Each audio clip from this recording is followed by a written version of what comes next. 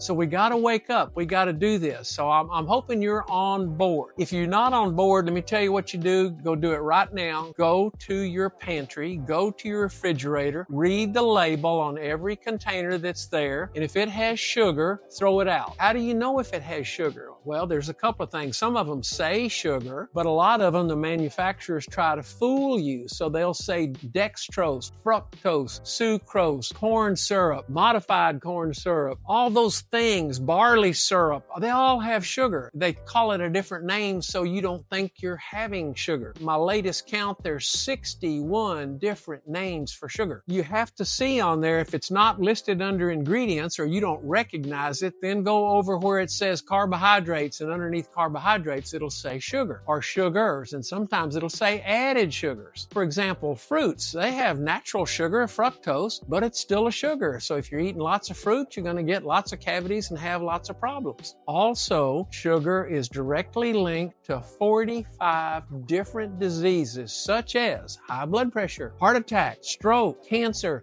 dementia, diabetes. It's on and on.